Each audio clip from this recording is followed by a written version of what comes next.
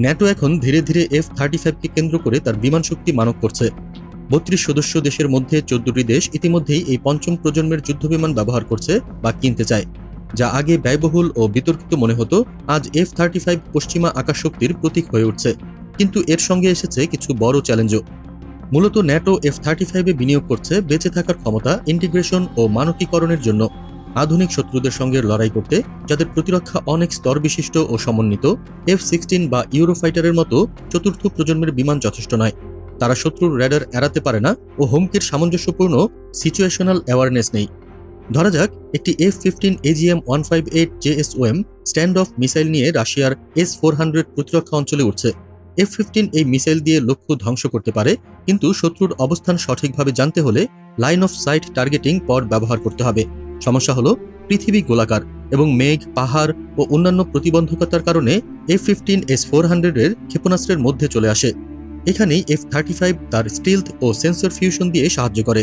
এটি সহজে ধরা পড়ে না, সক্রিয়ভাবে সংকেত সংগ্রহ করে, লক্ষ্য শনাক্ত করে ও সেই তথ্য F-15-এর মতো প্ল্যাটফর্মে প্রেরণ করে। ফলে চতুর্থ প্রজন্মের বিমান নিরাপদ দূরত্বে থাকে। F-35A একমাত্র বিমান যা B-61 TAC-12 নিউক্লিয়ার গ্র্যাভিটি বোমা বহন করতে সক্ষম। যারা নিউক্লিয়ার শেয়ারিং চুক্তিতে যুক্ত, যেমন জার্মানি, ইতালি ও নেদারল্যান্ডস, তাদের জন্য F-35 অপরিহার্য। এছাড়া লিঙ্ক 16 ও MNDL এর মতো ডেটা লিঙ্ক সিস্টেম এটিকে ন্যাটো এর একীভূত নেটওয়ার্কের সঙ্গে সংযুক্ত রাখে। ন্যাটো এর জন্য সাধারণ প্ল্যাটফর্ম মানে সহজ লজিস্টিক, প্রশিক্ষণ ও ডক্ট্রাইন ভাগাভাগি। শিল্পক্ষেত্রেও F-35 গুরুত্বপূর্ণ ভূমিকা রাখে।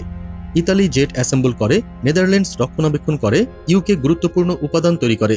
এটি শুধু বিমান নয়, একটি শেয়ার্ড সিস্টেম যা সম্মিলিত প্রতিরক্ষা শক্তিশালী করে। ওপেন কনফ্লিক্টগুলো দেখিয়েছে যে দেখা যায় সেই মারা যায়। ইউক্রেন বা ইসরায়েলের রাইজিং লায়ন অপারেশনে F-35 লক্ষ্য শনাক্ত ও ISR ভূমিকা পালন করে কার্যকর প্রমাণিত হয়েছে। তবুও F-35-এর সঙ্গে কিছু ঝুঁকি রয়েছে। এটি ব্যয়বহুল, রক্ষণাবেক্ষণ কঠিন ও মেইনটেনেন্সে অনেক দেশের জন্য চ্যালেঞ্জ। ব্লক 4 আপডেট বিলম্বিত হচ্ছে। প্রত্যেক ন্যাটো ব্যবহারকারী মূলত ইউএস-এর ব্যবস্থার উপর নির্ভরশীল। কোনো সাইবার আক্রমণ বা সফটওয়্যার সমস্যা হলে পুরো ফ্লিট ক্ষতিগ্রস্ত হতে পারে। তবুও F-35-এর বিকল্প নেই। ইউরোপের টেম্পেস্ট, জিক্যাপ বা ইউএস-এর F-47 ষষ্ঠ প্রজন্মের বিমান এখনও পরীক্ষামূলক। তাই ন্যাটো এর জন্য এটি একমাত্র কার্যকর সমাধান। এটি কেবল বিমান নয়, এটি সম্পূর্ণ যুদ্ধ স্থাপত্য যা প্রথম দেখার, প্রথম আঘাত করার ক্ষমতা রাখে ও সবাইকে সংযুক্ত রাখে। কোনো বিকল্প না থাকায় অনেক দেশে রাজনৈতিক উদ্বেগ থাকলেও F-35 এখন ন্যাটো এর ভিত্তি।